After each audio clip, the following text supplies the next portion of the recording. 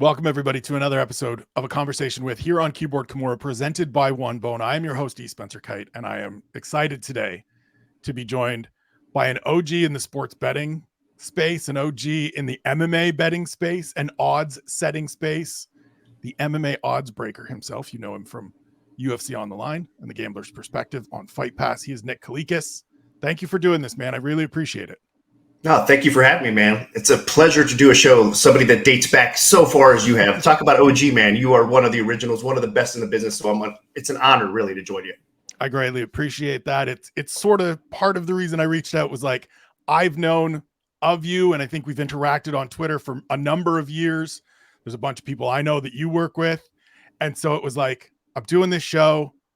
I'm doing some MMA gambling. I'm doing some MMA betting, doing the betting show every week. Let me get somebody else on. I had Dan Stupp on earlier in the season. Let me get somebody else on that can bring me some insights that we can dive into this a little more. Because as I said with Dan, I'm a degenerate gambler from way back in the day. I'm reformed now, but like when you were sick, I was a 16-year-old at the track. It's just in there. It's in the blood. And so now that MMA has become a thing, we're combining the two worlds. Let's get into this. Yes, sir. Beautiful. I love it, man. I love the background. But the place we start, as always, is when did you fall in love with combat sports? Because I know in doing my research, it's pretty early on. Yes. For me, it was more of the striking aspect of things. I mean, I was taking Taekwondo lessons at a young age. I unofficially started around 3. I think I officially started around 6. My dad was a black belt in Taekwondo, so he kind of got me into the martial arts, and I just fell in love right away, especially the fighting aspect of things. I was kind of an aggressive little kid, and right away I wasn't like afraid to get in there and start sparring and stuff. So I had success early on. There you go. It's likewise, right? Yeah, that's awesome. So that's what kind of gave me the passion for it. And then from like age of 8 years old, I told myself, one day people would ask me, what do you want to do when you grow up? And I said, I'm going to be a Taekwondo instructor, because I just had the passion from that far, that deep. So it ended up to be true. Like age 15 or so, we'll get into that a little bit, but we ended up opening our own martial arts academy when I was about 15 years old. So, I mean, the striking aspect in the martial arts and that type of background, like I said, it's been a long time, most of my life, honestly. So I too was a young kid that had that aggressive streak and was like, oh, I get to kick people. I get to punch people like the Karate Kid, like the Ninja Turtles, like sign me up. So I did Taekwondo myself for a number of years. Actually was fortunate to train with an Olympic bronze medalist from the 88 games. So that was really cool to see that progression can be there, right? Like somebody that's right there had this success at the highest level. I know you eventually went on to have some tremendous success yourself in sport karate. Yes, correct. So we transitioned. My instructor died, actually, like I said, Taekwondo. So he ended up passing away when I was about 11 or 12 years old. He had stomach cancer. So it was just all sudden. It was crazy. And he was one of, like, obviously my mentor, he was almost an uncle to me. That's how close kind of we were. My dad was a barber. He used to cut his hair. So it was just like the relationship was so strong. And when he died, it was devastating. So he passed away. We were just kind of looking for different places to land. And we saw, I was unaware of the sport karate scene back then. It was all Taekwondo, traditional Taekwondo, which is a little bit different because you're using, as you know, like more of your legs, and sport karate kind of is more of a combined 50-50. They were using their hands a lot more. So I got introduced from somebody to the sport karate world, and I immediately kind of fell in love with it, especially because I was like, you know what, in a real situation, I mean, obviously it's not going to be all kicking. It's going to be a little bit more of a blend. So I said, this would be, probably right up my alley. So I made the transition to sport karate and got my butt kicked, man. I was having success at Taekwondo, but at the beginning, like the first 5 or 6 tournaments when I made the transition, wasn't pretty at all. It was pretty bad. So, but it took, that learning curve a little bit. Went home, did some extra drills, started just watching some of the guys that were having extreme success, trying to mock some of the stuff they were doing, implemented in my game plan, all that stuff. So it did work. And I started actually winning tournaments on the local scene, the sport karate scene. Our team, then we started, training specifically more for that. We started building up, well, actually, I'm jumping ahead a little bit, but again, I kind of spoiled it. We were like 15, 16. We opened up Kalikas Taekwondo, my dad and I. So from that sport karate background, the transition into that, we ended up opening our own place. I was traveling around a little bit and sparring and with some of the local instructors out there. And to be honest with you, even at age like 13, 14, I was doing very well, to the point where I was like, wow. I mean, again, not to be egotistical, but I was having so much success with even, some high-end instructors locally that you could tell, like, it was a different level, so to speak. I had some kind of, I don't know, special talent, I guess, at that point. And so I told my dad, I was like, you know what, Dad, we should just do it ourselves. So we got under an instructor that was higher up and kind of got under him, but as far as testing and everything like that. And then we did our own thing. It led to where I am today, believe it or not. It's a long story of how we got there, but that's exactly what got me into where I'm sitting today. Okay, so let's go through that long story. Now, I don't know if we need to go the whole full complete details and tell every chapter, but it is a transition. It is a journey from sport karate to now doing MMA gambling and odds setting and things of that nature. So what was the sort of, what were the milestones along the way that led us to that path? We're driving down the road and we see those yard markers. What are the ones that really sort of stand out in that transition from one to the other? Well, we were having extreme success. Like in Ohio, we were one of the top rated sport karate schools after a while. Traveling outside of Ohio internationally a little bit. I was on the PKC United States karate team, started competing more in a circuit called NASCA and NBL, which was the highest of the high as far as like sport karate tournaments go, having success in those areas as well. It came to the point when I was about 22 years old, where honestly, we just weren't making a lot of money. So like, meaning the gym fees and everything like that, people were paying late. It's just one of those things. And we had a lot of kids, children that maybe their parents weren't paying, but I didn't want to kind of, make the kids suffer because of their parents. So we were just kind of a little bit softer with collecting fees and stuff. So we were spending quite a bit of money. So every time we'd go to a tournament, I basically would spend the profits that we're making from the karate school. My dad was like, look, you got to figure something out. I mean, we can't just keep bleeding money. Right. And then it gets to a certain point where you have so many trophies. I mean, the trophy is not even what you're competing for anymore. So I used to go to a tournament and, if I won the trophy, I'd give it out to somebody, to a little kid that did maybe win something. So it just became beyond actually, competing for that title or championships or something like that. So I kind of took a step back a little bit and just was coaching my students again around 23 years old. I officially kind of stopped competing fully, 22, 23 years old. Meanwhile, though, my brother was on the sports talk radio airwaves. He was a big sports talk radio fan, so he would listen to some of the local talk shows. And we had a little reputation built up in Ohio. Like I said, locally inside, I won the state total 5 times. Our team was had so much success that our name was kind of floating around a little bit.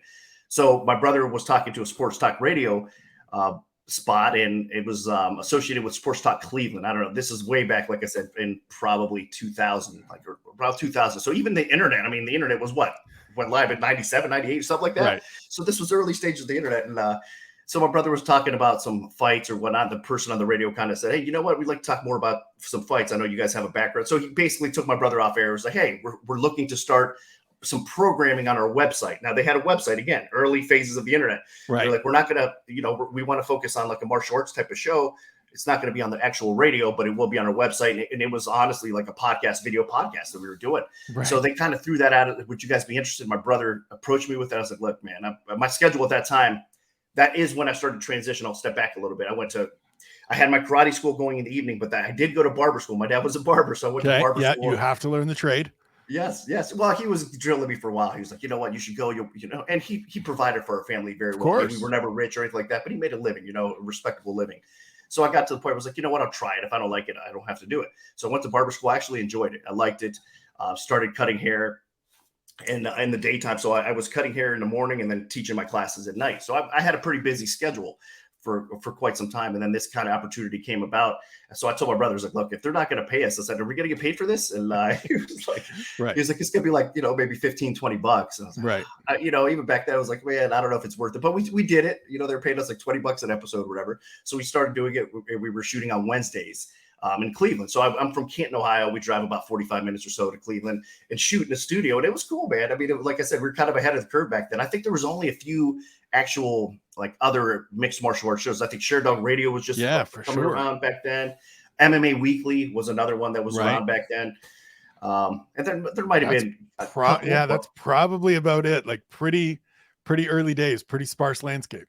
Yes. So we were like one of the maybe first 3 or 4 like podcasts out there, period. It was cool. It's called Pro Karate Weekly. So we kind of piggybacked off of MMA Weekly, right? Because they were ahead of us. Smart. And we were kind of like covering more of the karate aspect. It wasn't going to be like an MMA show, honestly. So that's why we went with Pro Karate Weekly was our show title. So for me, it was like, okay, we'll cover kickboxing, we'll cover K1 because I was a big passionate, type of striking. Like I said, the striking sports for UFC, of course. I was a fan, like UFC 1, all that stuff, Hoist Gracie, but I just didn't believe in the grappling aspects of things as much as everybody else, especially when you have that striking background. Right. I was one of these kind of ignorant guys thinking to myself, man, these jiu-jitsu guys aren't going to touch me. They're not going to last. No, I had that kind of attitude.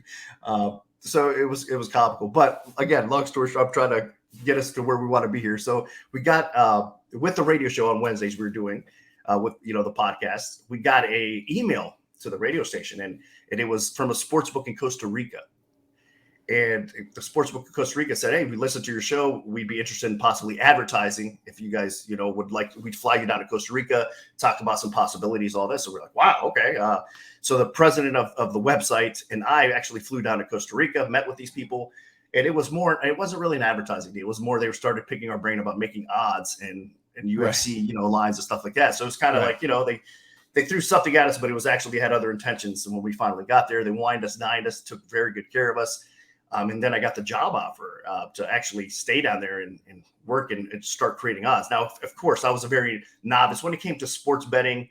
I mean, I was doing very basic betting on my own at home, like maybe, just $20 on an NFL game or something like that, following the spreads and, never bet MMA at that time. I did bet some boxing and whatnot, you know what I mean? So just traditional, very new and very low level betting for me, honestly. So when he was telling me all this, I was like, man, I don't even know anything about making odds. And he was like, oh, that's all right. You can learn all this stuff. And so I originally turned it down. I said, you know what, this is crazy. I had my karate school going with a lot of students, even though I wasn't competing anymore. I had a lot of students depending on me, which was fun because you get to that point where you'd like to see your students succeed and win championships and stuff like that. So it was kind of cool. Of course, then I had my barbershop going. I just bought a house in Ohio. Like a lot of things were already starting to set in place. And I was fairly young. I mean, 22, 23 years old. Everything was kind of lining up for me. So I said no originally. I went back to Ohio, was working for about 5 or 6 months. And then it just kind of hit me. I was like, look, if I'm ever going to do anything different in my life, this is probably the opportunity. This is a shot. Yeah. So I gave them a call back. I was like, look, if the offer still stands, I think I'd consider it. And so they were like, yeah, of course. So they put everything together for me. I took another maybe 4 or 5 months to kind of pack things up and get everything organized. And then I made the transition and moved to Costa Rica. So, which by myself, didn't know anybody. It was wild. And again, that was the end of 2003, I believe, when I actually made the transition and moved to Costa Rica. So it was definitely eye-opening, to say the least. But that was kind of how we got the opportunity to start making odds. It became, from a sport karate background to like getting potential sponsorships to then eventually getting flown out to Costa Rica and then kind of starting from there. And that's a whole nother step of the process. Yeah. So there's a lot to unpack there. The thing that's wild to me and the thing that's interesting to me that I want to talk about a little bit is that you didn't have any real background in it. There wasn't any, like, you weren't a math guy, you weren't an odds guy, you weren't somebody that was, as I said, I grew up around the racetrack. So like odds make sense to me from the time this is going to make my parents can see this, but like, it's going to make my parents sound terrible, but like, I've been around the track since I was 4. And so by the time I'm 16, 17, 18, we're just wired. Like, we're good. Like, we're there 5 nights a week because my brother and I both worked there. My brother was an announcer, all kinds of stuff. We're dialed in. So odds make sense to me. You were somebody that, no experience, no idea with it. How do you go down and just sort of start building that knowledge? What's the process of, okay, this is how we do it? Like the actual mechanics of this is how we come to these odds. Because I think it's a thing that people nowadays, as it's becoming more prevalent, as it's becoming more prominent, still don't necessarily understand. Right. No, for sure. And for me, I did get that little gambling itch. I mean, if you remember, like, I think Chris Moneymaker, I couldn't even tell you around the time, but I just, for some reason, it stays out. Like, he won the World Series of Poker when Moneymaker won it around that time, just the poker boom started going crazy. So I bought Doyle Brunson's book. So I started getting the gambling itch even before I went to Costa Rica, and I was having poker tournaments in my house locally. You know, it was one of those things. Got a couple guys from the barbershop coming over, so we started having. So the gambling itch was kind of there. That's kind of what pushed me over the edge a little bit. But you're right, I was a newbie. Like your background, for sure, you had way more experience and understanding of odds and because I was still very novice. Sadly, considering all that. So yeah, no, I get to Costa Rica and start working for this company. And by the way, that everything they said, I was supposed to get put up. They gave me a good salary, right? They gave me a good salary for them back then, I guess, all considering. They said, we're going to put you up in your own house. You'll have your maid. All your expenses are going to be paid. You'll have your own maid. All your expenses are going to be paid for, like for the house and all that stuff. I mean, minus food, you know, you have to pay your food expenses or whatever. So it was a tremendous deal. I'm making the salary, you know, living in my own house, having a maid. I was like, oh, you know, I get there. But they didn't tell me I was going to have 3 other roommates. They all just, you know, it was not exactly what they said at all. But yeah, so we ended up kind of, you know, landing there. I started working after like a little rough kind of introduction period. And it was one of those things where they didn't know, you know, much about MMA odds. So for me, I guess I had a little natural talent, especially with the sport karate background.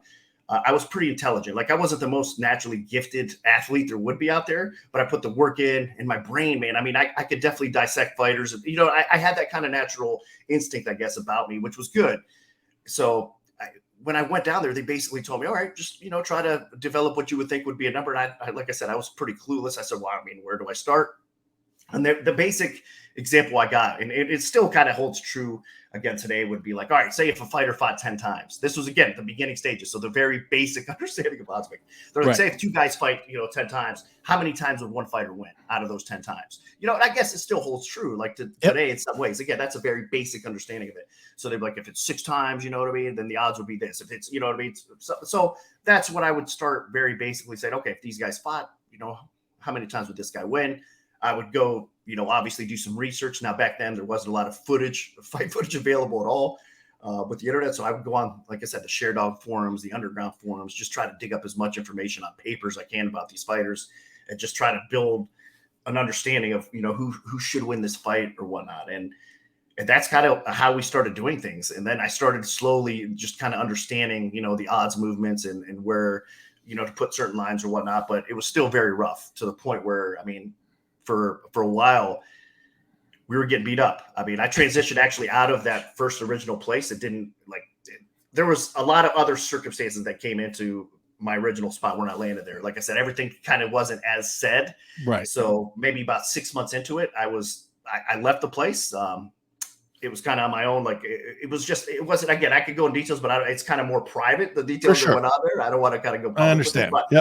But there was a few people that were in that office that just didn't want me to be there. It was weird because, I mean, I got along with everybody well, but it was one of those things where, you know, you got maybe a little bit of competition, or you're an American going into Costa Rica, and a lot, even the locals there, sometimes, you know, you automatically go in there, even if it wasn't a great, crazy salary. You're looking back now, it was still you're making like double what the locals were down there. So you didn't have a lot of fans in, you know, local offices. When you're American, you come down there, you get spoiled, basically. They felt like, oh, right. So it was one of those things where it wasn't a smooth landing. So about 6 months into it, I ended up landing at a bigger company, actually, just how things worked out. And it was one of the best and biggest companies in Costa Rica at that time that were offering offshore odds. So I ended up transitioning over there a little bit, and I told them my background. I was honest with them. I said, I'm very novice at this. This is what I was flown in for. I would like to pursue it because I didn't want to go back, man. After like 6 months, I didn't want to go back to Ohio. I just moved my life there. You know, I was like, I'm not going to quit. I'm not going to give up on this. I just, you know, I took the chance. So I'm going to make it work.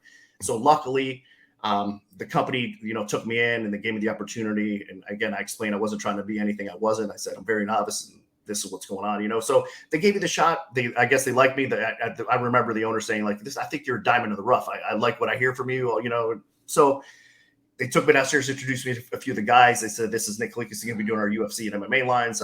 You know, he's going to also help you guys out, like kind of show them the ropes. So I started transitioning and working with some of the props department, guys in the props department, and, you know, started getting a feel for like NBA props, baseball props, stuff like that. So my understanding of gambling started increasing a little bit. And then I would do on my own, my side work with, I guess, that's again, going to Sharedog, whatever, MMA Underground, just trying to do research. going out. So I started developing my numbers, put them out there on the forums a little bit, started getting some bites because, again, when I first got down to Costa Rica, it wasn't like I was the first person ever to set a UFC line. Right. That wasn't the case. But I was the first person to kind of take the UFC, honestly, and again, not bragging, but to the next level, meaning that I expanded the whole card up. I would put the actual, like, there might be a fight or two up. Right. You might get one or two, the main event, maybe the main card of a pay-per-view, but it wasn't every fight, every single person. Here we go. And some props. Yes. And on top of it, when they were putting up, even before I got there, when they were putting up the minimum, like you said, the main event, whatever the case, they were getting crushed. So they were like, they didn't want to offer it at all. They were like, this is not our thing. We don't have to offer this stuff. So with this company kind of took a chance. They were trying to build up the original company to hire me. They had a good focus and a vision because they wanted to build up their boxing and they wanted to bring mixed martial arts because they thought maybe it would take off one day. They weren't sure. This was even before the Ultimate Fighter. So it takes you back to the Ultimate Fighter is what really helped everything go boom, of course. So it was before that. So it wasn't even like, it was far, far from mainstream, put it that way. You've been in the trenches for how long it's taken for us to get to the point where we are. So we're dating ourselves, but it's needed. It lets everybody know that this isn't like Nick just showed up all of a sudden. Yes. He's been here. Trust me, he's been here.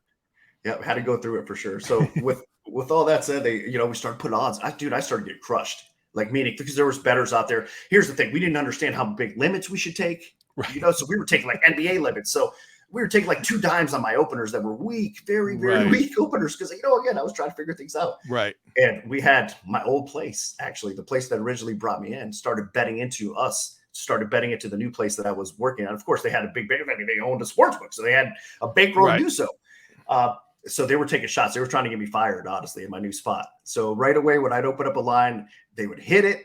And I would freak out a little bit because there was so much money coming in, So, and then again, the company that I'm working for now, the new place, is seeing all the stuff going on. And of course, they're going to respect another sportsbook owner, but more than me because I'm the new guy, whatever, this guy's firing. Sure. He's having people call in and be like, okay, what's the line on this fight?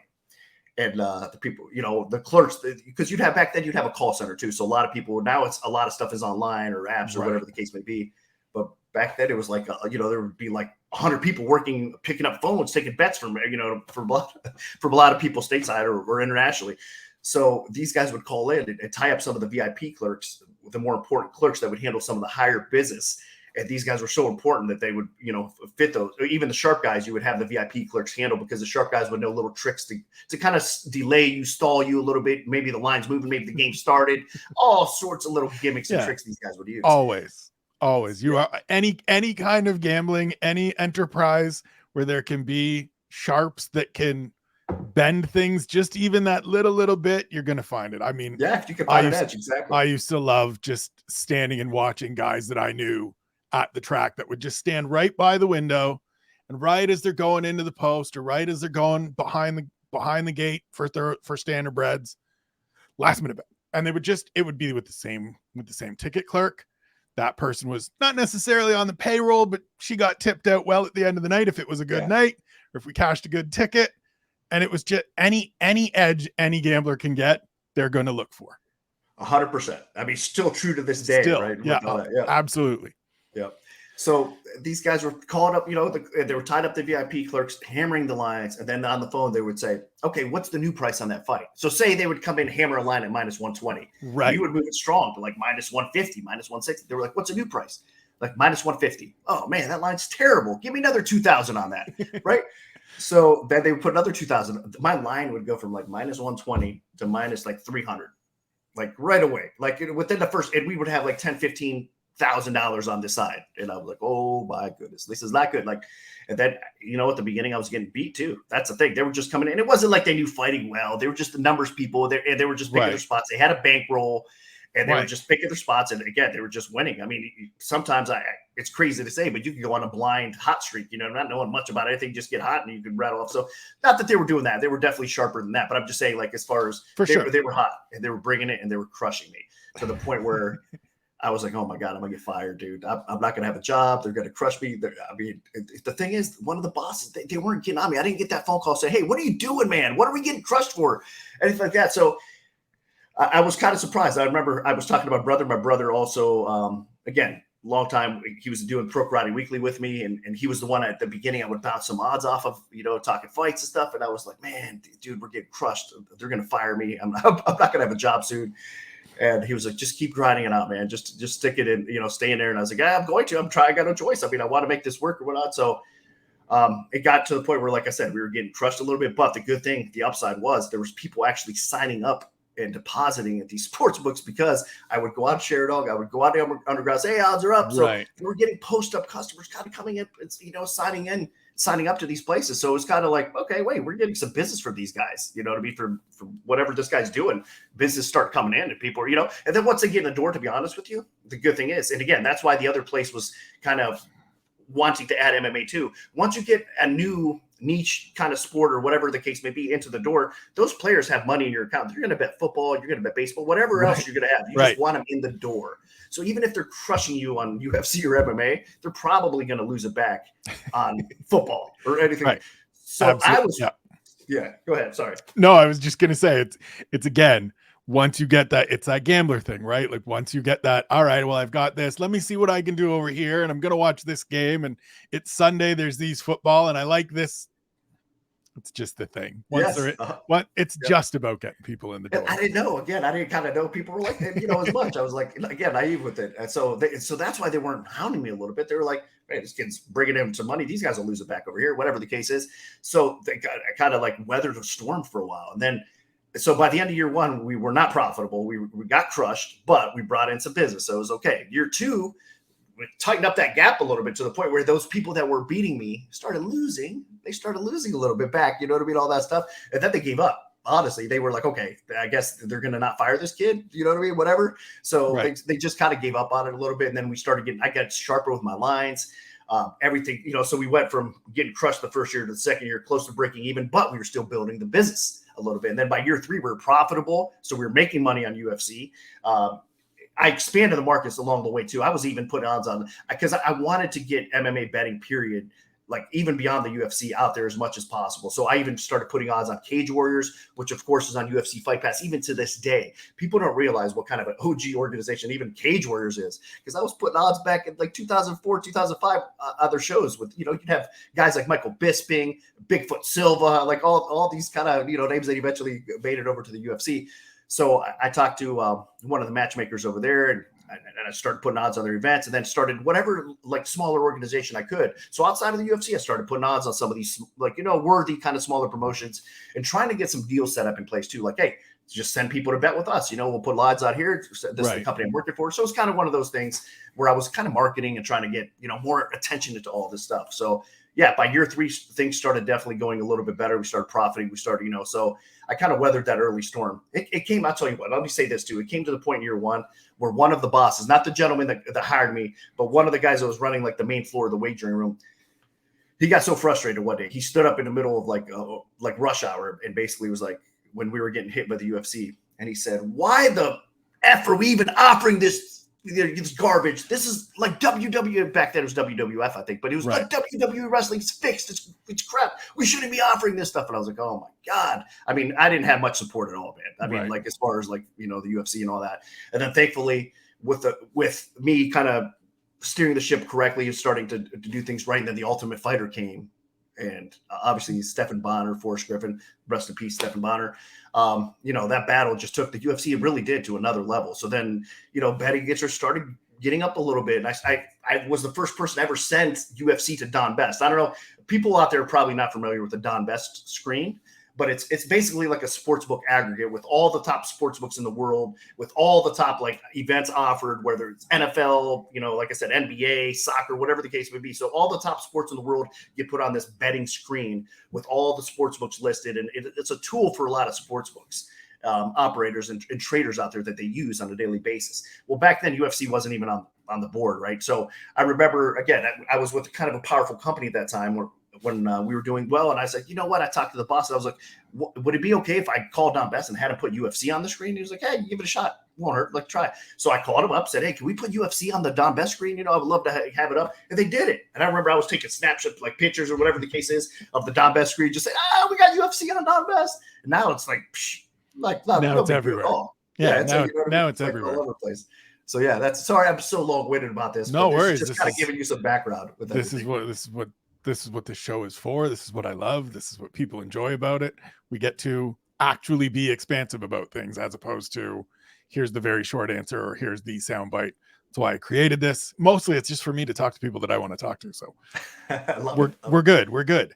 You mentioned in there, obviously you get better at your craft. You get a little more dialed in. What helps you get there? What helps you? Is it just reps? Is it just information and learning? Is there somebody that says, hey, these are things you should look at and consider? Or is it really just we start getting just fine tuning really? Yeah, it's a little bit of everything, I think, but mostly fine tuning.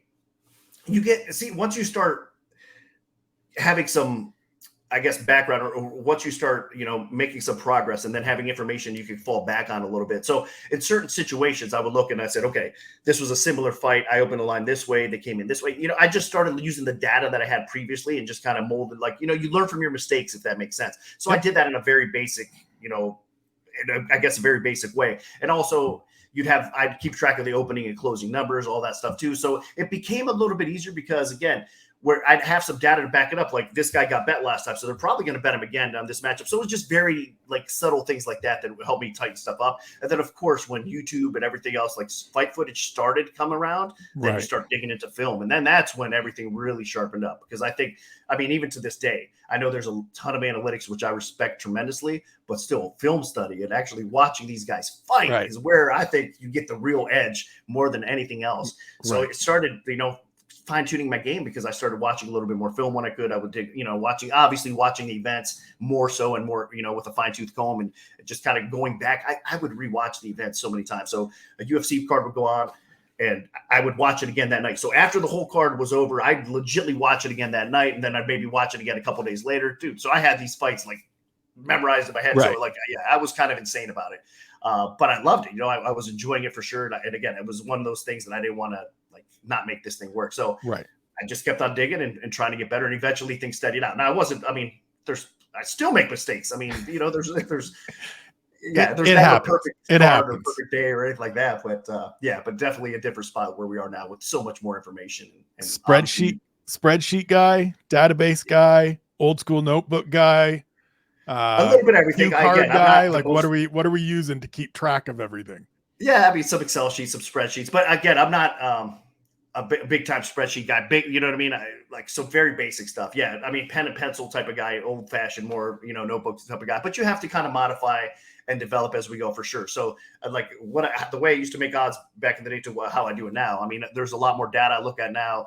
There's a lot more analytics that come into play too. So even though I'm more of a traditional, pen to paper type of guy watching footage, I'm still, like I said, there's some spreadsheets, there's some Excels going on. There's also some data and analytics I use to kind of form my numbers as well. So yeah, it's changed a little bit since then for sure. So what prompts the advent and the launch of MMA Oddsbreaker?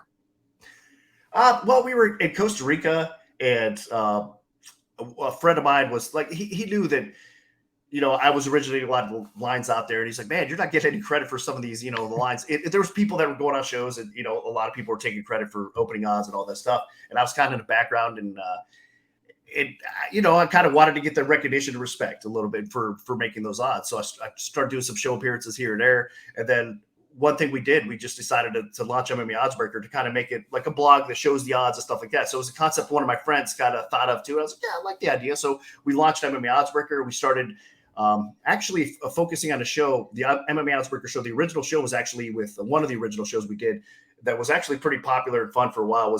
I was breaking a line, and again, some of the videos are still out there on YouTube, but I was actually originating a line with two reporters too. So I would have, for example, David Martin and Brett Okamoto on the shows or whatnot, right? With me. So I'd have two reporters on the show. I would have my original odds. I would tell them what the odds were. Okay, I'm opening this fight, like a championship fight, Anderson Silva, whatever the case may be, at this price. And then we give them a bankroll of $500, right? Just kind of a fantasy bankroll, whatever. Who would your bet be on?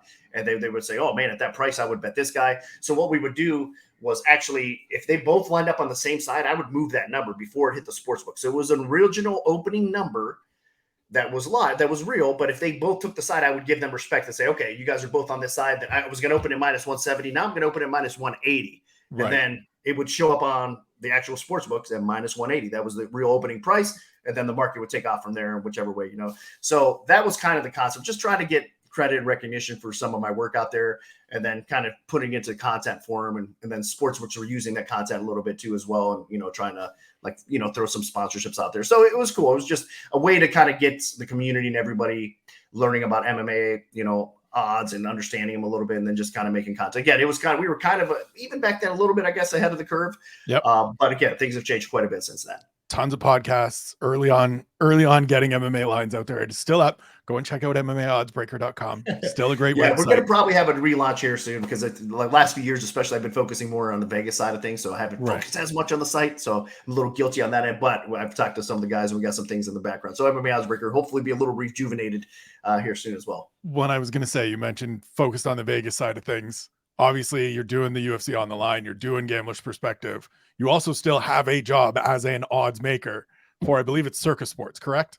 I actually left Circa a couple months ago. I just recently, yeah. So, but I'm still making. Hopefully, that's not acrimonious, and I'm not touching any nerves.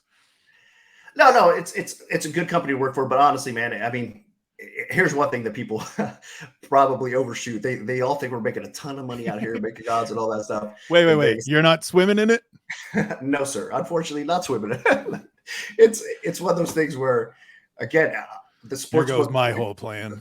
The traders, everybody on this side of things, like, the industry's underpaid. So it's not Circa. I'm not trying to, like, Circa's a great company to work for. It's one of those things where, and honestly, working as a consulting and betting, but so from my Costa Rica days, shifting back to Ohio before I came here, whatnot, then I kind of went and I was betting myself for a few years and consulting and doing different things. I was making more income. And then I did want to land in Vegas eventually. I knew one day from Costa Rica, I would end up in Vegas. I mean, that was kind of a goal of mine for sure. And then when I finally landed here, the landscape was a little different. COVID hit too. Like, I actually officially landed in Vegas right before COVID, a few months, and then COVID hit and changed, you know, everything locked down. I was like, oh, look at the time here. I lost, you know, a little bit of consulting income that I was coming in. It just changed things significantly for a minute. And so I wanted to land, obviously, and, you know, hook up with the sports books here. And I ended up landing at Circa Sports, which is one of the most respected and popular sports books. I mean, it's an amazing place to bet. If you're a pro bettor or even a novice bettor, if you're not betting at Circa and you're crazy. You definitely should have an account there. So it's one of those things where, you know, I decided to hop on and work with them. But again, the pay scale, I kind of took a pay cut, if that makes sense. Yep. But I wanted to get my feet wet here in Vegas. And I was hoping that, you know, eventually things would get better and change. So I did, you know, little by little, you get a little bit more pay raises or whatnot. But going from, like, living in Costa Rica or living to Ohio, living to Vegas, and supporting a family. I have 5, my wife and 3 kids. So supporting a family of 5 on this income is pretty tough, to be honest with you. It wasn't easy.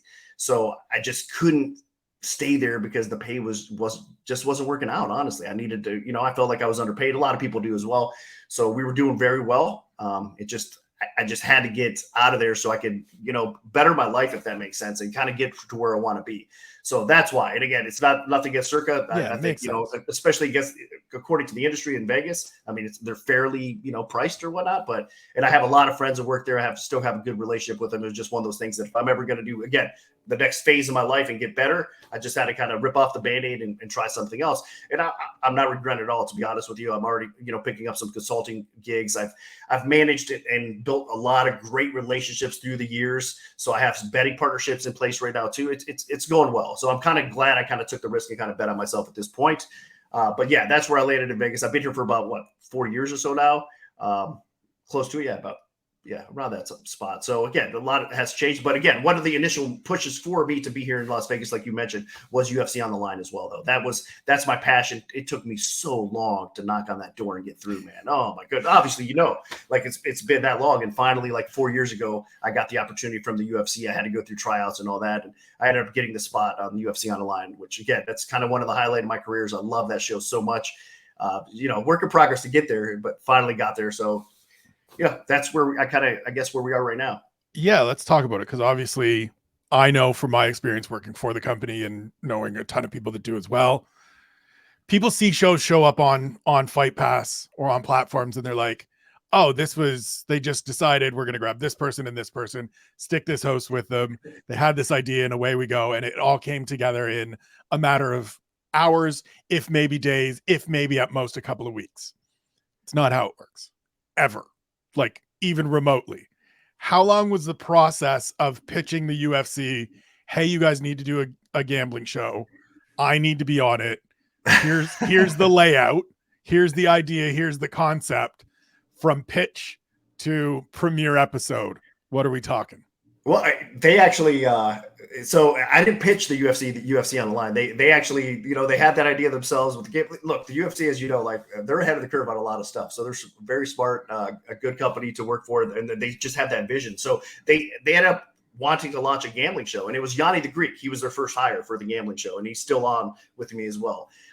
So Yanni the Greek was their first hire, but then they actually were having fighters on, like they had Michael Bisping on for a while, Tyron Woodley. So the funny thing is, the background to UFC Online, Yanni actually got a hold of me before, probably maybe 8 months before the show launched, right? And I didn't know Yanni at the time. He was just like a Twitter person. He's Greek, of course. I'm Greek. So it was just one of those things. We followed each other, from before. I knew he was in gambling, whatever. Right. So I respected what he was doing. He DM'd me and I don't know, and he's like, hey, I'd like to talk to you. Can we set up a call? So I was like, sure. I was like, cool. So he called, we talked a little bit. He told me about the UFC on the line show, what the UFC was doing. I was thinking immediately, I was happy. I was like, oh my God, they're going to finally, man, this is kind of what I'm looking for, all these years. I was like, I got a shot to possibly be on the UFC on the line, but it wasn't that. It was like, hey, there's not enough odds out there. Like it was a conversation like this. So first I was thinking to myself, okay, I'm going to be involved with the show. This is so cool. And he was like, there's not a lot of odds out there. Like, he was like, we're looking to do shows and we need future odds for these cards. Is there any way you could help us out? And I was like, okay. Because obviously, I'm an oddsmaker, if they're doing cards and all that stuff with props and all. And I was like, yeah, sure. But I almost was at the point, though, again, you got to understand, I was doing this thing. I mean, it's been over 20 years since I've been in this. So what they're telling me, I was like, okay.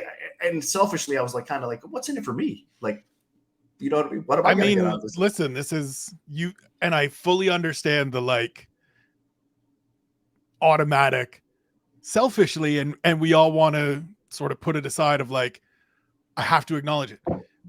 This is business. This is life. This is earning. This is opportunity. You're doing a ton of work. There's got to be something in it for you. It's one of the things I learned very early on and have had drilled into me by mentors and guides along this way. Make sure you're getting something out of this. Don't work for free. Don't just give away your ideas. So I understand the instinct. It's not needed. You're allowed to look after yourself. Yeah. You and anybody listening that's sitting here being like, oh, but I have to no, take care of yourself as well. Look out for yourself, not in a negative way, not in a over way, but make sure you're getting something out of it. Please continue. 100%. You're absolutely right. That is so true. So yeah, it was just one of those things that I didn't want to be an ass or anything, but I was like, excuse my language. But you're allowed to swear, it's fine. We're just on YouTube. So it was just one of those things where, I was like, okay, well, what's in for me? And he was like, Yanni was honest, buddy. He was like, I'm not sure. He was like, maybe we could, find something. He was like, but this is kind of where we're at. And I was like, you know what?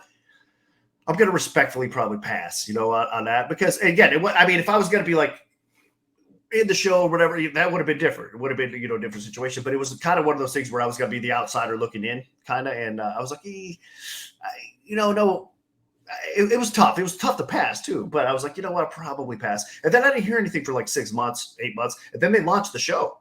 They launched UFC on the line. And again, I forget who the first, it was Yanni and somebody else.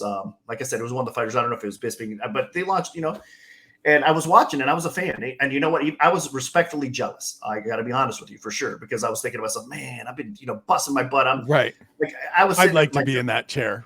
Yeah. I thought to myself, there's nobody more deserving. Again, I don't want to be egotistical, but I thought there's nobody on a planet that's more deserving to be in that spot than myself. Right. And these guys don't even know. They don't even kind of it was like, oh my gosh, it's frustrating. But I watch the shows, like I said, respectfully jealous a little bit. But one thing I told myself was look, even if they're not involved, at least they're doing something good for gambling. They're bringing gambling to the forefront. So I started supporting it, man. I was like, you know what? I can be jealous all I want. It's not going to get me anywhere anyway, whatever. So at least they're doing some good things. So I started retweeting them, supporting them. I was like, you know what? Good, that they're doing this. And unfortunately, though, it didn't start off so good. Like meaning that Yanni was doing pretty good. You know, he definitely is legit. So anybody can love him or hate him with his back or whatever you say, but the man is legit. He knows gambling. Right. He's a sharp. He knows what he's doing. Right. So even from day one, I could tell that. I mean, you know, he definitely knows the stuff. But again, some of the fighters sometimes, again, not knocking them, but like Bisping and Wood, it's just different thing. They understand fighting. They're great fighters, but betting is a different animal. So I think on that end, some of the fighters weren't kind of, you know, they were doing some crazy part. It just wasn't working out. It did, like, right. you know, they weren't really having much success. So it's hard to have someone on a show like that. And I say this from experience as someone who does a show every week and constantly comes on and is like, so we lost money last week, which is part of why I have you here. We're going to talk about some of this stuff and better ways to bet and spend money around. But it's hard to have somebody on every week that's the advice or their plays are just constantly not cashing. People look to these things for insights, for advice, for direction. And if people are just giving out bad plays, bad advice, it's hard to constantly bring them back. Yes, 100%. And that's, you know, no matter how much you love them or whatever, but it's very true. So these guys were just kind of bombing on that end a little bit. Yanni was doing very well. And it got to the point where I noticed all this stuff. Like, I was like, oh man, the UFC, like, it can't keep happening, can it? Like, what's going on? So again, this is getting, not a lot of people know this too. This is going to sound really cocky, but one night I was watching the shows and I was watching everything kind of play out, and the UFC card hit, and I went up after the UFC card, and my wife was in bed, and I woke her up. I said, the UFC is going to be knocking on my door soon.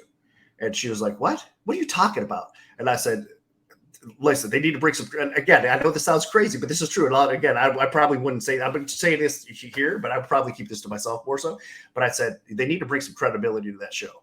And I said, I don't think there's anybody better to do with it myself. So I said, I wouldn't be shocked if I get like hit up soon, because it's not going very well, like on that end of it.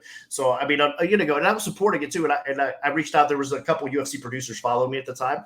And I reached out and I was like, hey, look, dude, just because there was a lot of hate. That was the problem. There was a lot of haters out there giving them hate, saying, you guys suck. What are you guys doing? You know, all the hate. So anytime they would lose, the trolls would come out full force and just bash them. And we like see we see it with Contender Series every week, every year. It's the only thing people want to. Nobody says anything when Yanni goes on a run of success, but the minute he doesn't cash, it's look at this. Yes. And in fact, that Contender Series run they had last year was just horrific. He'll admit that as well. Yep. But if you documented wise, he's won every year on those shows that we do. Like, he's great, man.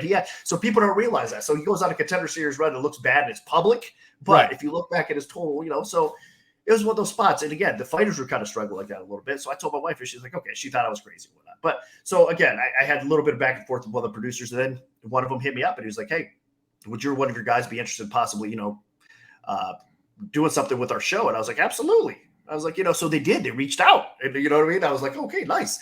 So I got the DM, and then we started the progress. And it was like, okay, we're going to have one of the producers call you. And one of the producers called me. And she was great, but she didn't know my background very much at all. So that's the thing. Like, I mean, these, like, who was Nick Kalikas? Like, they didn't know who, you know what I mean? Who was this guy? So I get the phone call, and the process kind of starts with it. And she's telling me, like, we'll get your quick background here. Then we're going to put you on a conference call with a group of people too, as well. And we'll take it from there. So I guess the process was, so we had the initial phone call, and then they were testing out, and they were trying out other people as well. So they had different calls lined up and all that. So I did take one of the phone calls. I got on with them, and I was a little cocky because here's the thing. I needed for them to understand who I was. And honestly, nobody, like, if I don't say it, who's going to say it? Like, you know what I mean? So it was like, look, because they were telling me, they were like, oh, we have this odds maker. You know, he's a great guy, and he is. I know him very well, Jason Symbol. Like, he works at Red Rock now, very good. But again, those odds makers a lot of times they are what they are, and they're very high level. But as far as originating MMA lines, a lot of them would wait, and they would copy off of the stuff that I would do. So for years, all these guys, even in Vegas, were just copying my lines. So they weren't originated, but the UFC didn't know that. Right. Like, you know, so they're telling me about these odds makers that were using my lines. You know what I mean? I'm thinking to myself, okay, like, it was just one of those things. So I had to get myself out there a little bit, you know. And I was like, yeah, no, that's great. But I was like, yeah, they use my lines. And she was like, what? Like, so I tried to explain. I was like, you know, but I came out very, like I said, egotistical, I was like, oh my God, this is probably not a good thing. Like, you know, the way I came out, but I just wanted them to understand and know. So, the phone call editor was like, okay. I ended up having another like conversation, a follow-up conversation after that. So then I went back and I explained why I was so kind of cocky in the first, I was like, I just wanted you guys to know exactly my background and where we stand. So they dug around a little bit. They understood it was true. And I ended up making it, I guess, based on my phone calls, I ended up making it to the final cuts, if you would say, for the actual UFC on the Line show. So they flew me out for an audition to be on camera. And it was between me and another gentleman that's kind of unknown to the MMA community, but a really good guy in his own right now. And what I found out later was this guy is a professional bettor to the max. I mean, he's really good, like as far as like pro bettor across, maybe not just focused on UFC, but he was another like Yanni, pro bettor and other stuff. And he was really good. So it was between me and this gentleman. They brought us into audition. And at that time, we were kind of told like it'd probably be a rotation of us three, because we made it that far, me and the other gentleman.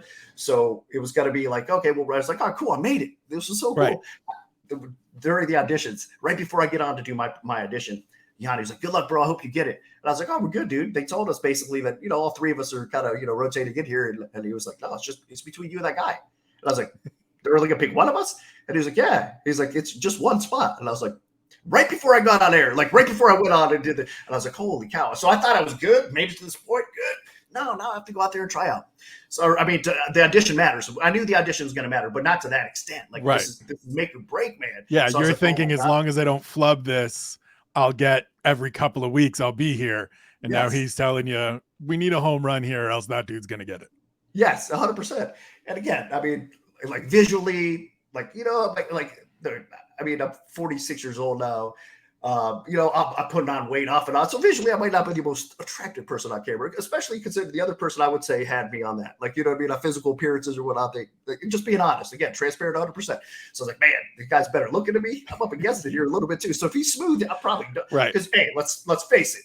Looks aren't everything because, especially these days, I mean, content is king and somebody that's sharp. It doesn't matter what you look like, right? But if the play feels a little even, the better looking person is probably going to win out more times than not. I think that's very accurate, just in life in general, right? So it's one of those things. So I was like, man, so I went on there and my audition was like, so. I started off kind of rough, but I picked it up and I was like, heck with it. And I ended up pretty smooth and I was good. The other gentleman auditioned. Again, it was kind of a similar audition. And so I wasn't sure like what was going to happen.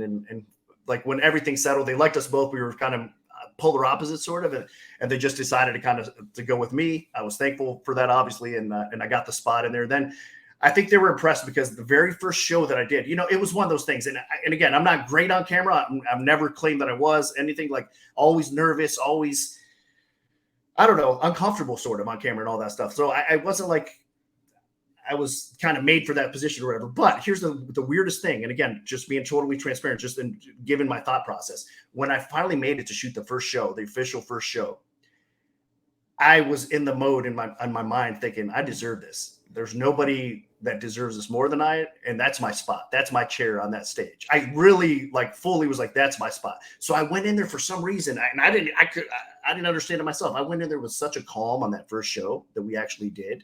I nailed it, man. I had a great show. My picks were accurate. I was way better than they anticipated on camera. Like, I'm not saying I was good. Look, I'm just saying way better than anticipated. So right. I have a lot of work to do. But I cleared the low bar. Yeah, exactly. Yeah. So, but even though some of the cameramen came up to me, they're like, dude, that was your first time doing this? I said, yeah. I was like, that was fantastic. That was amazing. Like, it was really good. So I had a very good start. My picks went well. And then it was one of those things where, you know what? I didn't have my contract signed yet either. So it came down to that. Like, they could have, if that first show didn't go well, who knows, man? Because they still, I thought I had, right. Nothing was solidified. Could have been a handshake. It's been great. We'll call you when we need you again. And then the phone never rings. Yes. So that first show kind of solidified things. They're like, okay, we'll bring this guy. So then I did get the contract. They signed me to a 4-year contract, which I was ecstatic. I was like, yes, thank God. You're never safe though. It doesn't matter. Even with a 4-year contract or whatever, they could just say, see you, whatever. But at least I knew that they thought highly enough of me to kind of give me a shot in there. And then of course, Yanni and I, thank God, we ended up, blending in well together. I mean, he's one of my closest friends now, and we just continue to get closer and closer. Again, we kind of we do our own thing. So that's the thing. I mean, we don't know. I don't know what he's betting. He doesn't know what I bet. Like, that's all natural and it's all true. Like, right. We do our own things. We talk or whatnot, but it's not like, we're not piggybacking off each other's bets or anything like that. It's totally separate. But the success of the show has like worked out a little bit because since then like honestly, UFC on the line is a very good product for the UFC. It's getting eyeballs from what I'm told. It's going very well. And we've been managing to grind out some profits for those, for the bettors out there, which has been fantastic because especially in a show situation, people don't understand what you're put into. I mean, the odds are shifting.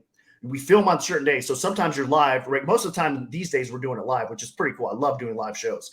But I mean, obviously you got to be careful because you don't get a retake or anything like that. It's right. Live. It is, it comes out.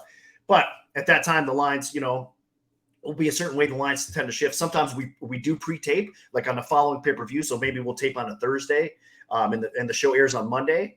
And then, so between that weekend, the lines are moving and stuff, or more props and more options come right. on. So we're very limited with what we can kind of do sometimes as far as the show and what like the lines we can, because I might be waiting on a better line. So the show is basically what I'm saying is a different beast. You have to kind of approach the show a little bit different. But the information that we're giving out there is genuine, it's good, it's real, and it's worked out. So I think that's why you're seeing the kind of show continue to kind of grow and build success as well. So it's been awesome. And again, that for me, making it to UFC on the line and then branching off from that and getting the gambler's perspective on UFC Fight Pass has been just, like I said, a dream come true, man. A long time coming. Yeah, I was going to say, this feels like one of the questions that I get to ask athletes all the time of like, once they're finally there and they've had that first win or anything like that, what's it feel like to finally be at this point? Like, I know for myself, getting to do some of the things I've gotten to do, being able to interview some of the people I've been able to interview, tell some of the stories I've been able to tell. I look back at, 14, 15 years ago when I started and go, man, this is crazy. And my wife reminds me of like the first couple interviews I did that she was in the room for, where I'm like nervous and stuttering and jittery and get off the phone. And I'm all like amped up because, oh my God, I just talked to. And now I literally just pull out my phone and send a text and like, hey, let's connect. And it's nothing, but I never take it for granted. What's it like for you to now be at this point, as you said, where you're doing the show that you always wanted to do? It's branched off into a second show. You're at the flagship place. Like, this has got to feel like some moments of like, okay, we made it. Look, mama, we made it. No doubt. I mean, yeah, for sure. I mean, there's a long way to go. I feel like there's just so much more we could do along with, but I'm proud. I do feel like, like I've made it. I mean, like I said, I guess I'll never like settle, but it definitely feels like I said, it's kind of the crowning achievement. But again, we got more work to do. So it's not like, I think this could go to a different level, but I do feel that way. I mean, honestly, as a person, I don't think it's changed me at all, which is good. Like I don't think I'm anybody, obviously, like, oh, dude, in fact, it's funny because if there's somebody out of us, it's Yanni, dude. He is a popular guy. Like it's unbelievable. Like we'll go to the UFC Expo, right? Everybody, yeah, he is a rock star. We're standing next to you. This is true. People can laugh about this. We're standing next to each other, right? People come up and like, can I take a picture, Yanni? I'm like, I'm over here, like so I got that with John Gooden out here in Vancouver for the pay-per-view out here. Bunch of people came up. John and I were sitting talking. Hey, can we get a picture? And I tweeted out like, I am now officially John Gooden's photographer. And the other guy that gets it or got it when I was around in Vancouver is Fabiano. Yes, he's awesome, dude. I love Fabiano. Like everywhere he goes, people are like shouting at him, yelling at him, wanting to come over, tell him he's great. And it's a whole group of UFC people and personnel that you've seen in the background of stuff, and then my goofy ass, and it's just rock star. So yeah, I understand. You do it, yeah. That's exactly what it is, which I'm okay with it. Oh, it's just funny. I don't. If anybody ever was like, "Hey, Spencer," I'd be like, "What the hell just happened?" Yeah, no, I was surprised because this expo there was some of that, and I was like, "Whoa!" Because the expo last year's expo, we got in and went to not one. I think, there's been a couple people from MMA Oddsmaker. See, some of the diehards that have been like following for like 20 years. For sure, those guys will recognize me. Something like, I've been following your site for how long or whatever. That's really cool because I know it's not even the UFC that like what I mean. That got me into their living rooms or whatever. It's kind of like So that's cool. So I do get some of that, and more people are. I don't care. I mean, it's kind of funny. It's just, but Yanni is a rock star. So from that end, I realize I'm still not anybody. So I'm not like this. Like it's cool. The cool thing about making it to where I have is like meeting people like Brendan Fitzgerald, like and getting to know him. I consider him a friend now too. He's such an awesome dude. Looking for some of these guys from afar, or some of the fighters that you get to meet, or just being in the facility, like it's so cool just to be in that environment. And so I just take it all in, and I feel fortunate every time I'm in the Apex. I know this sounds corny, and people can say whatever, oh, he's being a company man. No, it's not true, man. Every time I feel like I'm in the Apex, I don't know. It's awesome. Like I said, I feel privileged to kind of be in there in that spot and feel fortunate to be, again, on that level and just to be around everybody. And the UFC staff, people don't understand how awesome they are. You know very well. Like they're a happy staff. They work their butts off. Like they go out of their way, even for little people like myself and Yanni. Like we're like low on the pedestal as far as like, the UFC goes. And they treat us like we're not. They treat us, high. So I just love everything about like the UFC. They treat you just so good. And again, just that atmosphere and being in the Apex and seeing like the Ultimate Fighter, everything about it is just so cool. So I love it, man. It's a conversation with On Keyboard Kimura, presented by One Bone, East Spencer Kyte, Nick Kalikas. We will pause on the gambling side of things for a minute here and get into a little bit more of you. We've talked about the sport karate background. We've talked about the striking arts background. In addition to, or maybe separate to, the gambling and the odds breaking and the odds setting, what are the other hobbies? What are the other interests? You're rocking a Golden Knights hat. I would imagine there's some getting out and checking out some local live sports. Vegas is becoming a championship city with the Aces and the Golden Knights. What else is there? Are there secret skills? Are you a great cook? Can you dance? Can you sing? What else have we got? Man, now that you said that, I'm kind of embarrassed because there's not much else. Like, I mean, this has been my life for so long. There's not, I mean, obviously I'm a sports fan. The trend with these questions. I had Sean Madden on, that's going to post next week. And he was like, dude, there's nothing else. Like if it wasn't for my girlfriend and our dogs, I would just sit and watch fights all the time. And I was like, brother, this is why we get along. I'm the same way. I can cook a little bit, but like, this is it. I'm just all the way into work, career, passion. The other stuff is fine. I'll watch the odd show. Just give me this stuff. Yeah. No, that is kind of what it is. Of course, my kids are getting, I have an 11-year-old, 9-year-old, and the 7-year-old. So with them, I'll try to do as much as I can with them too. It's just awesome. I mean, I guess that would be, because it goes so fast. I don't know if you have children yourself. I don't know. Okay. So, but even with my niece and nephew, like the 2 years of COVID where we didn't get to see them very much, they live now up the road, so we see them pretty regularly. But that 2 years where you're like, wait a minute, you just went from being, 2 to 4, and that's a huge jump. Like we had them over last week, and my wife looked at me and was like, we missed this stage that my niece is at. She's 5 now with our nephew who's 8. Like we missed that sort of 4, 5, 6 gap where there's so much development and they go from can't really understand them, can't express themselves, to now they're just full-fledged little humans. And it's so wild. So I imagine with 3 and them being your own, it's like, where did the time go? This kid's 11? Yes. It's unbelievable. Like it really is. Like I can't, I mean, they say, like I said, cliche because it happens so fast, but it is. And I guess that's one thing I'm proud of too, because you're always worried as a parent, like, again, I mean, long way to go because I know there's going to be some challenges ahead. But like my kids settling in again with the pandemic and, moving from Ohio to, and my oldest was born in Costa Rica, actually. She was like, we moved to Ohio when she was like 2. So, but my other 2 were born in Ohio, then transitioning over to Las Vegas in the pandemic and then school, with online schooling, all that stuff. And then finally kind of getting more back to normal this past year and a half or so. Like they've done very well at school, like to the point where they're excelling. They're I'm so proud of them. That's so awesome. That's one thing, so I try to keep up with them obviously as much as I can. I do work a lot to put the hours in, but I mean, I guess they get as much of my free time as I can. And of course, sports. I mean, I'm a huge Cincinnati Bengals fan. I'm a diehard Bengals fan. So there's been a lot of suffering through the years, but these last few years have been not bad. I gotta cool. say, yes. So I'm very passionate about that. The Cavaliers, of course, so all the I guess sports. So I'm just a big sports. So like you said, the Vegas Golden Knights is cool. I've kind of adopted them a little bit. I'm still a Columbus Blue Jackets fan because I'm those Ohio roots. But it's kind of nice. Like Vegas is actually my secondary team, and it's just so prominent here. Everybody's Vegas Knights crazy. Even if they didn't win the cup, it's a Vegas Knights crazy. You know what I mean? It's just so it's been crazy to see the like adoption of that team from its inception. Obviously, having success out of the gate. I always joke with people that it wasn't a like Ottawa Senators debut. It was like, oh, we're good right away. Whereas the Sens came out and they were terrible for about 6 years. So it's cool to see. But yeah, like it's almost like Vegas was starved for their own team for so long that now everybody's just like, we're all the way in on all of them. Yep. It's a tremendous sports city. It really is, man. It's crazy. It's cool. I feel very fortunate to live out here too. And it just blends in so well. So Vegas is like, becoming definitely my home. Now, that being said, and my wife is going to kill me for saying this, but my wife is not happy in Vegas, meaning that she like a lot of people. It's one of those things you love it or hate it. And she's like, she's from Costa Rica, the green and all that. And look, she's awesome. She'll do anything for me. That's why we're here. And she's she's cool. She's adapting it. She's making it work for sure.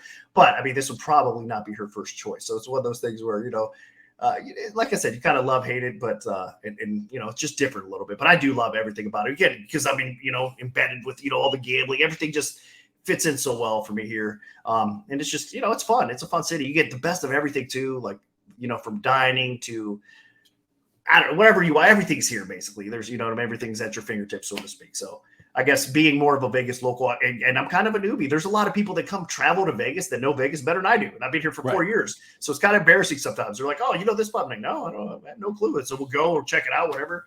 So yeah, so I guess outside of mixed martial arts, to get back to the odds and all that stuff, I mean, it's just I'm a passionate sports fan in general, and then I guess my family would be like, that's it. Other than that, there's not many hobbies. I'm not even like working out martial arts wise myself. These last few years, I've definitely have not kept up on the training, so I'm not even a good martial artist in that regard anymore these days. But it's always going to be in my blood and my roots.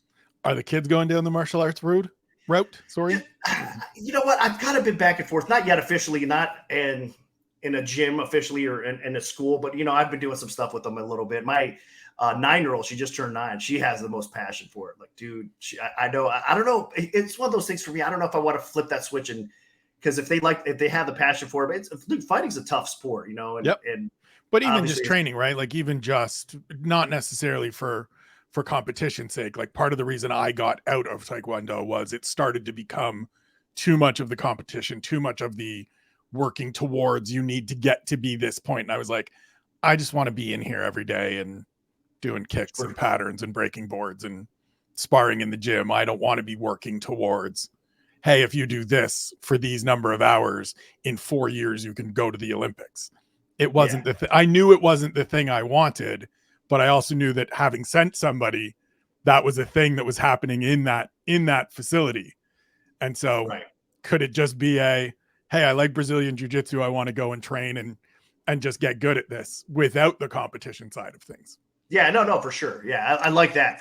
We haven't done it yet, but I'm kind of exploring it. I want to do that. It depends. Sure. So yeah, so we've been just doing a little bit more like basketball. They picked up basketball. I don't know if it's just for me watching basketball, but they're like, especially my youngest too, my 9-year-old, my 7-year-old. I mean, we have a basketball hoop outside in our backyard here, and they go out, they shoot, and it's cool to see because even the littlest things like they were shooting all crazy and sloppy. And I'm not a good basketball expert by any means, but I was telling them, showing them the technique of the shot or whatever. Dude, it's so awesome when you get to see them actually trying, the first, I don't know how many shots are awful, but then finally when they get that shot and the form looks okay and it goes in and they start doing it again, it's so cool. So they're getting a passion for basketball, which I'll support them no matter what they want to do. So right now they're kind of more in basketball mode for some reason, but I love it. Anything they do, you know what? Any sports, whether it's martial arts, whether it's whatever they want to get into, I will fully support them because honestly, martial arts probably saved my life in the day. Like there was a lot of, kids that I went to school with that were getting in trouble and who knows what direction my life would have went in if I didn't take that sport serious, like the sport karate part. And again, competing on a high level and wanting to keep my body in decent shape and, taking it serious. I think that honestly probably impacted my life way more than I would even realize. So yes, I would definitely support my kids in anything they want to do like that. That's awesome. Yeah. I went to the driving range with my nephew and my brother-in-law a couple of nights ago. He wanted to go. It's the first year that he's been like, I want to try this golf thing. Got him a little bag, got him some clubs, whatever. And like, he's 8. He's never swung a club. It's terrible. But seeing that spark of, hey, I hit that and it went that far past that thing. I was expecting we get 3, 4, 5 balls in and him be like, nah, I'm out. But like we finished, it wasn't great. And he was like, when can we come back? I was like, I can't wait for 2 years from now when this kid is just like striping balls and he wants to come and play at the pitch and putt. And he gets into this, like, won't be any pressure, won't be anything, but like, hey man, anytime you want to come and hit balls, just let me know. I'll come and get you. Awesome. You're up the road. We could go. I can only imagine what it's like with your own kids. Yeah. No, dude, because dude, what influence you like that kid could turn out to be an amazing golfer and you gave him a start. That's awesome. That's fantastic. Love it. All right, so we'll circle back now to this gambling stuff that I joke and I mean, it's not even a joke at the start of all of my shows when I tape these things and put them out on Fridays. I think I have a pretty good understanding of MMA. I think I know these athletes. I think I have reasonable reads on how these fights are going to play out. And I can't cash a ticket to save my life some of these days. So it's hard. As an expert in this field, what are some just baseline tips you can give, not just me, but anybody that wants to get into this space and wants to start exploring the MMA gambling space in terms of places to look for value, types of bets to make, things you sort of would lay out as your like beginner package of where you should start to get your feet wet in this field? That is a very good question. And there's so many different aspects and things I could point out. But I guess if you're just starting out, well, first of all, I know it's going to sound for people that know about gambling, it's going to sound a little cliche, but bankroll management is very important, right? Even on every scale. It does, even if you're not sure exactly what portion of your bankroll, whatever the case may be, just start off with money you can afford to lose for sure. That's one thing. So if you're trying to just come in here right away and say, look, I know fight's pretty good. I'm going to make some extra money. I need to make money. So, and out of desperation, it's not going to work out good at all for you. Trust me. No matter how good, like you said, no matter how good we know the fighters, no matter, it's crazy. It's a type of sport where just anything can happen. We see it time and time again. Like, I mean, look at that flukish Nunes the other weekend. When she posted up her arm and Estella dislocating her elbow. Yeah. So stuff like that happens, the people had action on it. So you just never know. I mean, craziness can happen. So make sure that is the most important thing. So set aside a little bit of money that you can actually afford to lose, because there's a good chance, especially at the beginning, you're going to lose it all. So and I would just minimize the bet sizes. So if you're starting off with $100, and as crazy as it sounds, maybe go like $2.50 or $5 for your bets. So you have $100 bankroll, only bet on that scale to start off. And again, I would go on that scale because even myself, way back in when I was getting my feet wet in Costa Rica, I was betting like maybe $15, $20, $25 a bet, trying to build a bankroll, doing all that stuff, trying to figure things out. So that's what I would recommend. Just start off, like study the film, study the fighters, look at there's a few odds screens out there like that are free of charge, like Best Fight Odds. I'm sure like some of you guys know Best Fight Odds is one of them. There's also a site called fightodds.io. And I have, again, no affiliation with either of these guys, but they're fightodds.io and Best Fight Odds. Although it's kind of like what I was talking about earlier, the Don Best screen for a lot of leaders and professional sports books out there. It's kind of a minimized version of that. So it's more basic with Best Fight Odds and fightodds.io. And you can kind of look at the odds and different options that books offer. Now, if you're just getting into betting, it's probably not going to be one of those things where you have a ton of accounts. So, and it's a little bit harder. So I would pick maybe a reputable sports book, do your research online, whether it's online or if you're living now anywhere. The states opened up a little bit. You have DraftKings, you have FanDuel's out there, MGM, Caesars. There's so many different options. I think if you get to one of, especially at the beginning, if you get to one of those branded sports books that are solid, you're going to be okay. I mean, there's even, I know there's that fine line where a lot of people will maybe disregard the offshore market or not, but there's a lot of quality places offshore too that make a huge impact on betting lines, and one of them is Bet Online. Give those guys some credit and shout out too as well. They're a good offshore book that sets a lot of the lines out there early, and will put up a lot of the smaller promotions as well. So just get yourself into an established book that is very good. Like I said, whether it's the Caesars books, the DraftKings books, someplace that you feel safe, where your money is safe. Which, again, there's so many places out there that you can do that. And then just start off on a smaller scale. Study the UFC fights. Like I said, maybe put a little bit of money aside. I would target at the beginning small favorites or underdogs. I know that, again, that sounds kind of crazy, but you don't want to get crazy and laying. One mistake that people have is like, especially for me, even betting, like the first couple bets I ever made, I think were like college football or football, NFL football. And they were favorite bets. I bet on favorites and they won and they covered the spread wherever. And I was like, oh, this is too easy. I just have to bet on favorites and I'm going to cash in. These sportsbooks are dummies. They're giving away free money. It obviously wasn't like that. You know what I mean? Shortly after I realized, oh my God, the favorites don't always win or whatever the case, stupid stuff like that. So for me, target some of the, like I said, the dogs that you might, if you're doing research and you look and you see a price out there with a dog, it's like plus 300, and you think, oh my God, this guy has a chance to win it. Like, you got to kind of form your own odds. Now, a lot of people might not understand how to go about that a little bit, but do your film study, and then maybe go back to the concept that I said, that like if a fighter fights 10 times, how many times does this fighter win? So if you're looking at, a fight line that's plus 300 and you think it's more closer to 50-50, then obviously you're going to have some value on that price. And there's different site aggregates out there, and different places like odds calculators you can look at, betting odds search. There's just so much you can kind of Google and search, like odds converter, for example, stuff like that. So you can see, like, you could convert the odds for, let me do one example here for the odds converter here. All right. So say you're betting $100 on a plus 300 applied odds. So that would be about the percentage closer to about, I believe, 70% or so, right? And stuff like that. Or minus 400-ish would be the about 80% implied win probability. So that would mean, like, say, if I'm probably confusing people, but if you're laying minus 400, the implied win probability, again, around 80%-ish or whatever. So you're going to win. If that person wins around 8 out of 10 times. So it's just a very, very basic structure. If you find value, if you think that the line is off a little bit, then you put your little, again, $5 to $10 on the spot where you think it's off. So if the dog has some value, you maybe put a little sprinkle, as Yanni would like to say, on the dog. Or if you think the value is on the favorite, again, if it's not up insanely priced, I wouldn't recommend at the beginning to bet anything over minus 200 or so. Now, that doesn't mean there's not value at minus 700 prices. As pro bettors, there is, and people will find those spots and pick them apart with the larger bankroll and all that. I'm just, for friendly bankroll management, probably want to stick with some of the lower numbers, the dogs or the slight favorites and stuff like that. So if you feel like the number is off based on your research, and again, do some searches for odds converters, stuff like that, parlay calculators, all that stuff will kind of help you kind of get an understanding of the odds a little bit, and then look at where it's at now, and then kind of make your, I think, decision there, if that makes sense. I've probably confused everybody the way I said everything, but again, just kind of take it easy, pick your spots. And then once you realize that you're growing your bankroll, you'll know right away if you're kind of doing good or bad. And then in a few months down the road, if you can maintain that consistency and build a little bankroll and you're doing good and you're building a profit, then I think you're on your way. Now, that being said, there's going to be times where it doesn't, no matter what you do. Even when all your reads, all your information is right, it still is MMA, and anything can happen, and exactly can go sideways.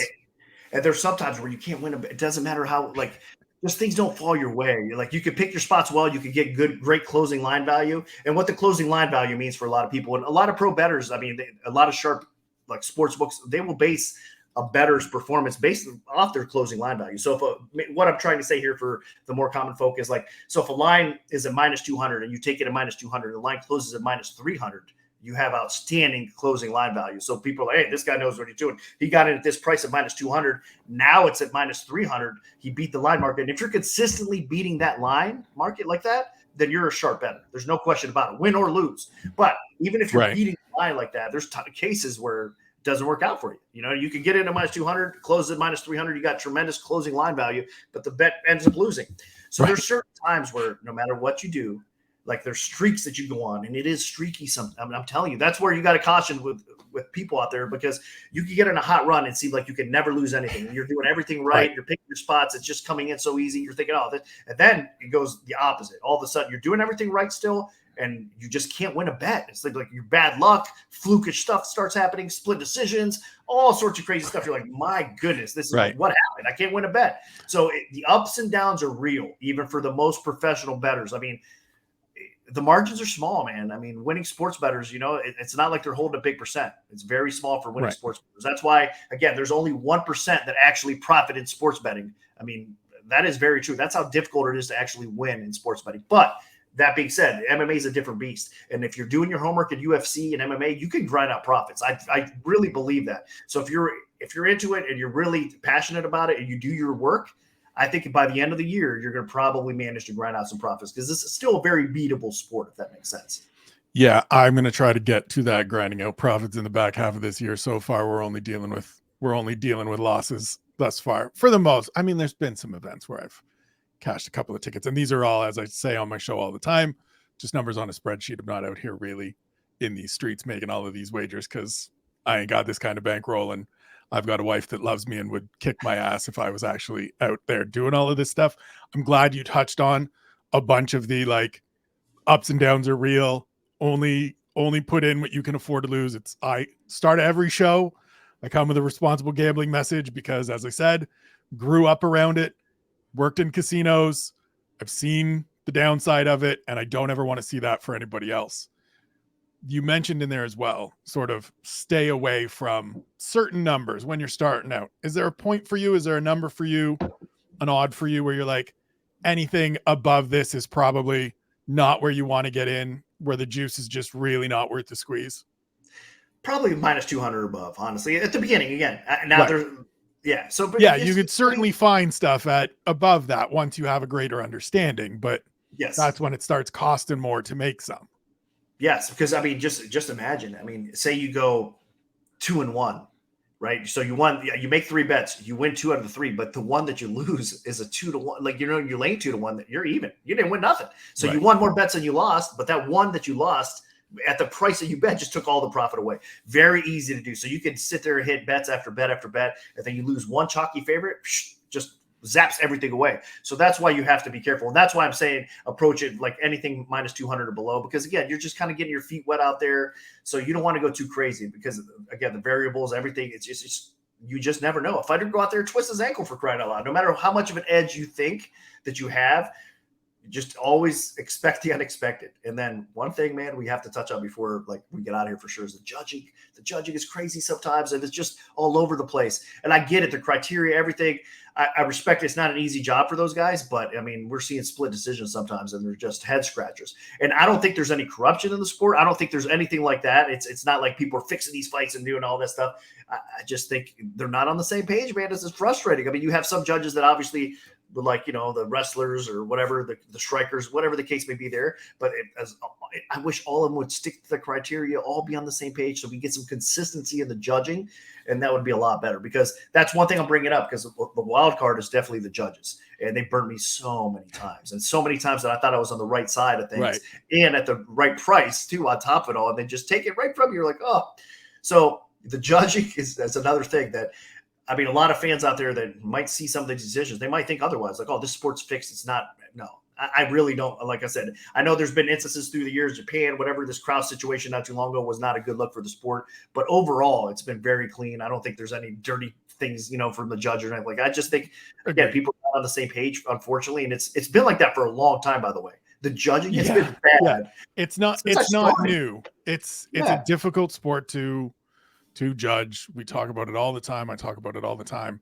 Did a rewatch of the Pantoja Moreno fight, gave my thoughts. I came out with Ben Cartledge on the same side. So I understand that people look at me and they're like, you're an idiot too. It's fine. It has nothing to do with the fact that I had Brandon Moreno bets on my show on Friday. Just the way sometimes you see it, right? And it really does come down to valuing that criteria. Those were all close rounds. That was a super close fight. In that case, it was close. So in a case like that, I'm not going to be mad. I had Moreno too. So I ended up losing. And again, talk about closing line value, dude. I got Moreno minus 160. He closed at minus 200. So I did my job. I beat the market. Right. Did everything right. Did everything right. And you're watching the fight. You think, we got it. Sweet. I may have even put the plus money in on the spreadsheet that keeps track of everything. And then they said, and new. And I was like, God damn, Bruce Buffer. Killing me with this and new. Yeah. Oh, man, it's so frustrating. But I mean, in those cases like that, for sure. Yeah, the judges are tough. So you got to be careful. That's why, again, risking like 2-1, 3-1. And on top of it, you got to depend on the judges to kind of get it right. It's frustrating for me. But again, the close decision I can understand. It's just those decisions that you see. Ones that feel real wonky. Yeah, 30-27 one way, but the other guys have 29-28 the other. Now, it's possible because maybe the rounds were so close that you can see it. Again, I understand that scoring, but when you usually see those, it's not like that. Like when you see a 30-27 and 20, it's like not because it was ultra competitive. It's like that guy was way off on his scorecard. Right. So I don't know. Tough. So that is another thing you got to approach with caution. You have to definitely take that in consideration because if the fights go to the scorecards, you just never know which way the fight's going to get scored. So, are there for you certain bets, certain types of bets you will stay away from and that you just, you're not a big parlay guy, you're not a big round prop guy, any of those things, or is it everything's available, but it comes down to the number and the value? Definitely what you just said there. Everything's so nothing's out of the question. I'm not as much of a prop shopper, I guess, or parlay guy. As most. Now, there's nothing wrong. Look, sharps are parlaying. They're finding a way to override limits sometimes and making 2-team parlays, fight parlays or whatnot. Just say a limit's only $5,000 on this fighter. Okay, so you max bet that $5,000. Now, if you add this guy in a parlay and some of the system software doesn't like stop that from happening, with another maybe high chalk favorite that you think is a safe bet. Again, no, there's no sure bets, but something that you think is safe, like a 9-1 favorite, whatever the case may be, you put that into there as well. So you can kind of find a way to, manipulate the limits a little bit. So there is a lot of sharp bettors. That the thing about squares only bet parlays, not true anymore. I mean, there's sophisticated, sharp parlay bettors that are picking off these sports books left and right. Sometimes they're not going crazy with these parlays, but they're finding methods and way to do that too. So I don't think there's anything wrong with it. I'll do some 2-teamers.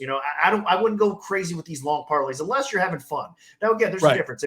If you want to throw $5 on a lottery ticket type parlay, there's nothing wrong with that at all, man. You're going to hit them like once in a great while. You're probably going to hit it, man. And it just elevates. So every show of mine every week ends with 3 parlays, and it started because I do my predictions, and there was an event a couple of years ago where I went 12 for 12 with my predictions, and I was like, imagine if I had just, and like it was all chalk, right? Like I think I had one dog in there, Neil Magny got a win, and he was a slight underdog against Li Jingliang, and I was like, got that one. But I looked at it afterwards and was like, imagine if I had just $1 on 12 for 12, like what would that have worked out to? So I joke at the end of every show, when I lay them out, we do the main card, we do the prelims, and we do the full card. And like the full card number is just ridiculous. Every single week. It's ridiculous. It's in the 5-6 digits sometimes. It's not going to hit. We're going to get 2 out of 100, maybe. But if we do, I'll come back the next Friday and just be laughing and giggling and telling you about what the bankroll looks like. That's the thing that so I hear you on the like big, long, extended 12, 13, 4. I think this week is 15. This weekend is 15 fights. We're taping on July 20th. This will run a little later, but the London show is 15 fights. That's going to be a big number, even if I just go all chalk. So for the fun ones, sure. But I'm with you. The 4, 5, 6 team parlays, 6 fight parlays just don't make sense to me. No, if you're doing it for big money, especially, like I said, there's nothing wrong. I like what you're saying there because that's a way to approach it a little bit. Have fun with it, and like you said, put a couple combinations here. There's nothing wrong with it at all. And again, there's sharps that are actually doing this and trying to override limits and stuff like that too. Props is tough, man. I mean, in most sports books, props are printing money because it's just so hard to find out. Right. Dude, like, look, one example: Bo Nickel recently, right? His win, he got that awesome knockout win. Well, guess what? And I had buddies actually message me and be like, that price was ridiculous on Bo Nickel by knockout. Why was it up that high? And I was like, you have to understand something. Everybody on the planet was betting Bo Nickel by sub. Right. Like, what I mean? They thought out of the two, like there's people, don't get me wrong, there's people that hit the knockout, but the majority of the action at the sports books was on Bo Nickel by sub. Right. So what they have to do is they have to kind of lower the sub price. And then if they're doing their job right, you have to be fair with your customers about hold percentage and stuff like that. So that means when you're dropping a certain price, like so much action's coming in on the submission prop, you have to drop that so you don't keep getting crushed, especially if it's narrative, because that was obviously the most narrative way, with his wrestling and his grappling or whatever, that he was going to win. So you're going to continue to get action on that almost no matter what price you have it at. So they drop that, but then you have to kind of increase something else to kind of get that hold back to have some fairness a little bit. So then the knockout prop, actually, you give out more of a price, more money and value on that price because you're trying to get some bites on there. You're really trying to get people to bet that. So it kind of balances your sheet out a little bit. So that's what was going on. And one of my buddies was like, why was it so over? I was like, because nobody was like betting as much. Yeah, so nobody thought it was going to happen. Yeah. So that's why stuff like that happens. You think, oh, I got a submission guy. This is the only way. And he goes and wins by knockout, or it's vice versa. It's crazy. Or the other thing that we see too with props, the guy gets on the ground. You have a ground fighter. Phenomenal, right? He gets the guy in the ground. He gets top position. He gets mount. You think he's going to sink in the choke. Well, he starts raining down some punches. TKO stoppage. Your sub guy just won by TKO stoppage on the ground. You're like, oh my God. So, dude, it's rough. Props are winners for the sports books. But the cool thing is about a prop, again, kind of like a parlay, if you're putting a little bit of money down and it's some big number out there and it cashes, you're going to be very, very happy. So it's almost like, you can definitely pick props and pick your spots, especially if you like a fighter, like if you like this guy to win at minus 150 and you know his main path to victory is maybe by knockout, then okay, to balance it out a little bit, take a stab at this and then maybe put a little bit by that exact method. But the exact methods are very difficult. I'm telling you from experience, the sports books are printing money on props for sure.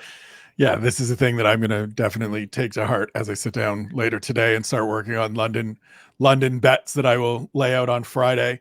Before I let you go, every gambler that I know can tell me they're the worst beat, the baddest beat. Oh my God. Some struggle to get to the best cash because that's the one you don't necessarily think of because hopefully you're having a lot of them.